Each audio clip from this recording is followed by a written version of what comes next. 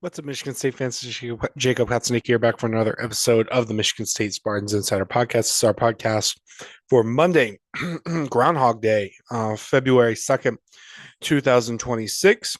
Talk some more hoops here today on this one.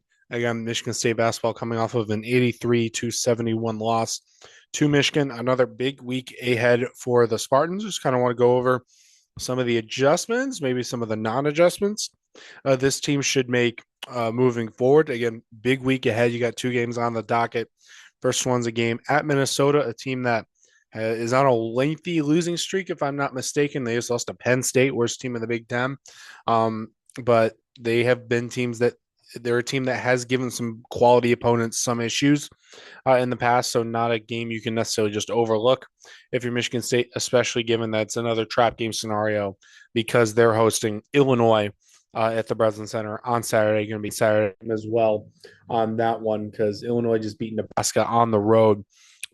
So again, very, very good team coming into the Breslin Center on that day. So again, another big week for Michigan State hoops. Again, this is the grind part of the schedule because the Big Ten is going to match up their best teams against their best teams in February and in March. Again, you just played Michigan. But you got Illinois on the docket. You got a game at Indiana. You got a game at Purdue. You got another game at Michigan. Tough games ahead for Michigan State before the Big Ten tournament, before the NCAA tournament. This is where you're really going to see what kind of team you've got here. Uh, Again, I still think Michigan State is a team good enough to compete with pretty much anyone in the country. They showed that against Michigan. Again, all three of their losses are to good teams, really, really good teams. Nebraska is going to slide in the rankings. But the other losses are to Duke and Michigan, who are 3 and 4 in the AP poll right now. They might move up soon. Again, good teams, and in all three of their losses, Michigan State has been in that game in the final minutes. Like it's been right there for them until it kind of slipped away in winning time. I touched on this in my post game pod on after the Michigan game as well. But again, some of the adjustments Michigan State needs to make now to kind of raise their ceiling, I think, or maybe up the floor a little bit. One thing I think they need to do, Jordan Scott's got to be starting. I think against Minnesota, against Illinois, I think he deserves it. I think it would be a wise just move for Michigan State in general, for a couple different reasons, really. One is just I just well really I just think he just deserves it. I should just get that out of the way. Good things have happened when Jordan Scott has seen the floor. Again, 3 point shot has been great this season, but you can kind of see the potential of it. It's a good form. He's got a quick release as well. I like that about his game. But it's the effort, it's the grit that stands out about Jordan Scott's game that really sticks out about him. Izzo loves him for that reason. I just multiple times a game, Scott will just make an offensive rebound, get an easy layup or something. Just effort plays. He's a guy who provides that better than most, and while doing it in a way that's smart.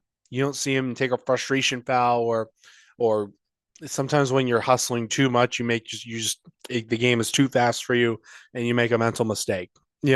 Or you just from exerting yourself too much. You don't really see Scott do that very often.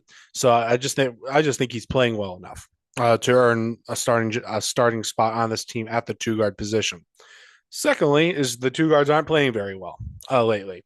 Ugachukwu, he stepped in, had some flashes like that Penn State game, he had the big shot against Rutgers, but overall not producing at a level high enough where I think you can really just sit around and say everything's great.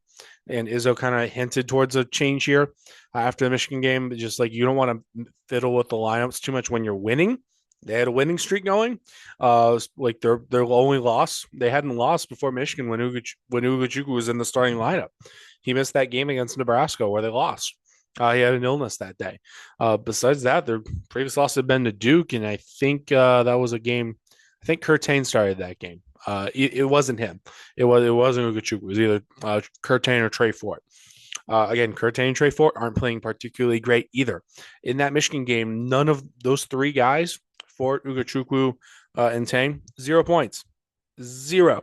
None of them played very much. I think it was like Ugachukwu had 12, Tang had like 11, 10, Fort like 3 or something like that. Some sort of not a lot.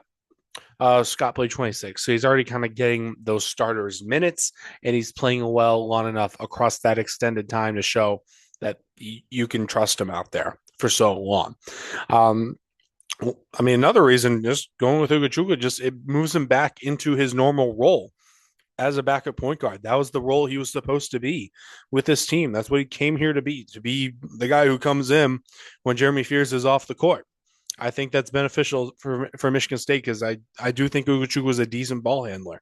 He's a guy who can truly you can truly trust. I think to run the offense for a couple of minutes. He's not Jeremy Fears, but he's good enough over a couple of minutes and more trustworthy on the defensive end than Denim Wojcik. You know, so that's another reason that I would like to see Jordan Scott move up into that two position because it shifts Ugochukwu back over to the one.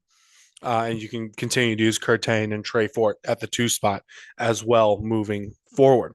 Again, some other guys you like. It would also take some more offensive load off of Fears' plate. That's really the biggest thing I think you really need to see someone besides Jeremy Fears take on a bigger load offensively. Jeremy Fears, great job. I mean, you scored 29 points against Rutgers, 31 against Michigan. They can't be living like that. You just can't ask Jeremy Fears to do this game after game after game after game. That's not his role. He's a pass first guy. He's not a guy who's supposed to go out there and think, I need 30 tonight. He's not. He's just not. He wants to. He's the distributor of this team. So he needs the guys around him to step up and help him out on the offensive end, run those assist numbers up. You know, Scott is capable offensively of doing that. Again, he can finish in the paint. He has a decent mid-range jump shot. 3-point shot is about low 30s right now. But I do think over time that'll climb. He has a nice shot. I do like the look of it. So again, I think it might be a sample size issue a little bit. And you also see him getting more comfortable as he's progressed throughout his freshman season. Because again, there's kind of a phrase like it's kind of a I can't think of the right word to describe it, but it's just kind of like a saying. Once you get into March, once you get into the Big Ten tournament, and once you get into March Madness, you're not really a freshman anymore. You've had 30 something games of experience. So it's not really anything super new to you. Just the circumstances you're playing in a big arena now, I guess, changes just a little bit. So, but yeah, I would really like to see Jackson Kohler kind of bust out of the slump that he's been in lately. Had 12 points during that Michigan game, but he shot 4 for 13. I do think he's regressing to the mean a little bit as far as the 3-point shot goes. He struggled with that shot since the West Coast trip kind of began. He went from like 53% down to like 43%. Still very, very good from a season long average, but like, did you really think he was going to finish at 53%? Probably not. But again, you'd like to see him kind of move back towards, you'd like to see him start to even out, hit a couple more threes, but you'd also like to see him get in the post a little bit more because he's starting to go more and more to that 3-point shot. But I think part of the reason that worked is that he was also a threat in the post. You couldn't just sit out there on the perimeter and assume he'd shoot it. You could also pump fake and drive in maybe once in a while, but you could also part of what made Kohler a good player before this year was his footwork in the post. You haven't really seen him do that as much as he started to become this big 3-point threat.